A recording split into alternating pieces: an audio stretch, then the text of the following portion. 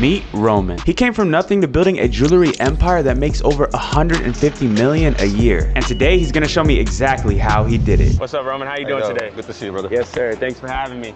So where are we at today? We're at the Miami Antique Beach Show, as they call it. It's a luxury jewelry, watches, and antique show that happens once a year. How much money do you think is in this building right now in jewelry, antiques, watches? If I had to guesstimate, you're looking at over 10 billion in inventory. In this building, right? Right now. And you have a booth dedicated to your products as well, right? Yeah, we're selling watches and jewelry at the show.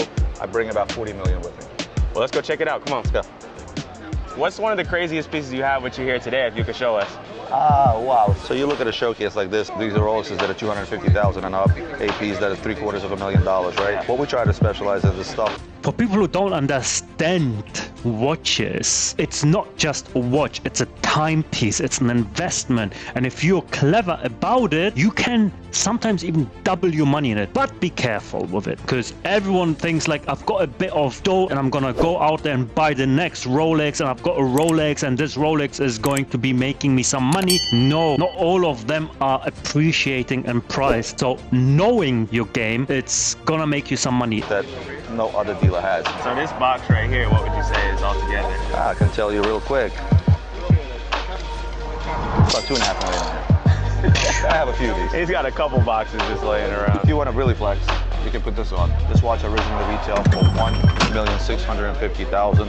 It was a piece unique. There's only one of these in the world. It's $1 million watch. What's my price? You can wear it for a minute, rock it around the show, and bring it back. Wow. Roman said there's a house on your wrist right here. A nice house, by the way. That's what I said. And the thing with these watches, if you buy them, you're not gonna wear them going to the gym or going shopping whatsoever. These watches, you buy them and you keep them safe and wait until you can resell them. Nice houses on your wrist that are in here. And where's your business actually based out of? Right outside of Philadelphia. So you guys have an office, warehouse? We have a 20,000 square foot office, and when you guys come to visit, I'm going to show you something special that's hanging off the wall. Okay, for sure. Well, maybe I think we should hang out here a little longer, and maybe we can watch you make some deals and learn a little bit more about the business. You got it. Sometimes you got to come out of your booth, especially when you want to make a $2 million sale, and you got to walk to your sale. Yeah, you're gonna chase the sale. We have a white one now.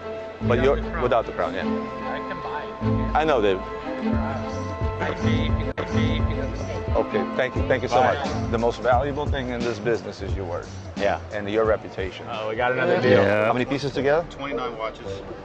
Take 50 grand. I'll write you a check for 30 grand, and I'll take these off your hand. You continue selling these? Those are They're not that epic, Jimmy. Let me think about it.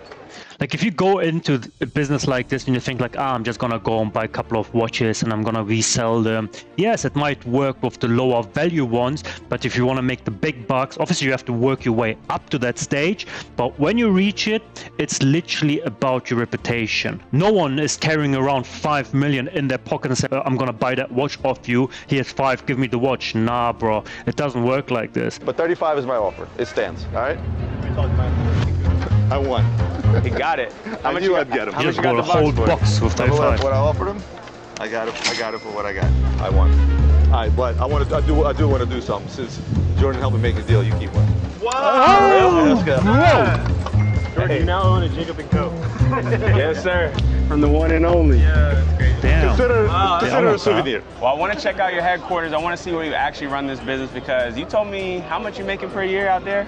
We're doing 150 million a year. I have a feeling that he doesn't make this 150 million by doing what he's just shown us, like buying a single watch and then reselling it. Nah, I think there's some wholesales. You don't make a lot of money by doing like one-offs. You know, you have to really push the volume through the door, and I think this is where the money is. We made it to the office. Roman! Yo! Hey, This guy's yeah, just hey, got man. off Come on F1 up. cars. It's crazy. Check that out.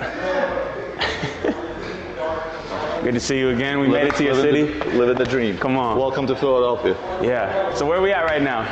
Well, you skip downstairs, which is where all the stuff is, but Got you. I guess I'll show you the upstairs real quick first. So how many people in total do you have here working with you? At this point, we have about 35 people here. We also have an office in Hong Kong. We have a couple of people there as well. So everybody plays their role here. Hong Kong What's is where the your money is. day-to-day like working here? I usually come in, I'll do my morning rounds. I'll talk to my COO, I'll talk to my team leaders, I'll talk to my sales manager, I'll talk to my logistics manager downstairs. You'll meet her in a second. And I look at any and all issues and tasks that are in place. Everything that's done here is done by a process. And because it started with me and only me in the basement, I was marketing, shipping, delivery, I was everything, right? So, but I realized early on how important it is to have process in everything that you do. So you said you started as a one-man operation. I want to talk more about that and how you got to this level. But first, can you take me around and show me some of the coolest stuff in this office? Because it's pretty crazy, bro. Where'd this come from? Look at this, man. This guy's got an F1 car just hanging off the wall. So I'm an F1 fanatic. I set a budget in place of like 200,000 and I said, okay, I'll bid on a car. Somehow we ended up winning this car in auction, brought it in by pieces, assembled it back. We kind of parked it on the floor first. They had to build this podium. It was like a 3-month project. Speaking of process, right? This is the vault right here. So this is the vault. This is where we keep all the stuff. You're looking at about 30 million in here, right? How much volume you guys do in a day in watches? So if you got to figure, we do roughly this year, we're going to hit about 150 million in sales. Yeah. So on a monthly basis, you're looking at 11 to 12 million dollars in sales. Wow. So on a weekly basis, 3 to 4 million dollars worth of stuff, which can be a very impressive number if you're talking about, you know, a Rolex that sells for about $5,000, such as this one, for example. But you got some watches that are going for hundreds of thousands. I'll give you a better one. Okay. Here, you can hold. This is $1.3 million. $1.3 million right here. What's the majority of the stuff that you're actually selling? Is it like Datejust, like simple watches? Is it really the crazier ones? Like, what do you specialize in? So our specialty is actually the rare stuff, the more complicated stuff, the expensive stuff. To sell expensive watches, you have to have expensive watches. So, and you have to have balls to be able to go out there and actually spend $500,000 on a watch. That's what I said. Find a client to spend, you know, $550, $600 on it. Yeah. You didn't start with the money to get into this level of expensive watches. So I want to go back out and I want to talk a little bit about how you were able to get to this level, if you don't mind. What was the key from going to making that first million in your business to now doing over 9 figures a year? What changed? I think what really took us to the next level originally was wholesale. The wholesale market is usually bigger in terms of volume, right? Some people buy one fancy watch in a lifetime. B2B, there's daily transactions to go on. How do you take advantage? When it comes to the lower value watches, wholesale is where the money is, like 2,000, 3,000, 4,000. Those turn around a lot quicker. They don't sit in the warehouse. If you can make 10,000 times, let's say $300 of a profit, this is where the money is. The backbone of a business like this is always going to be wholesale.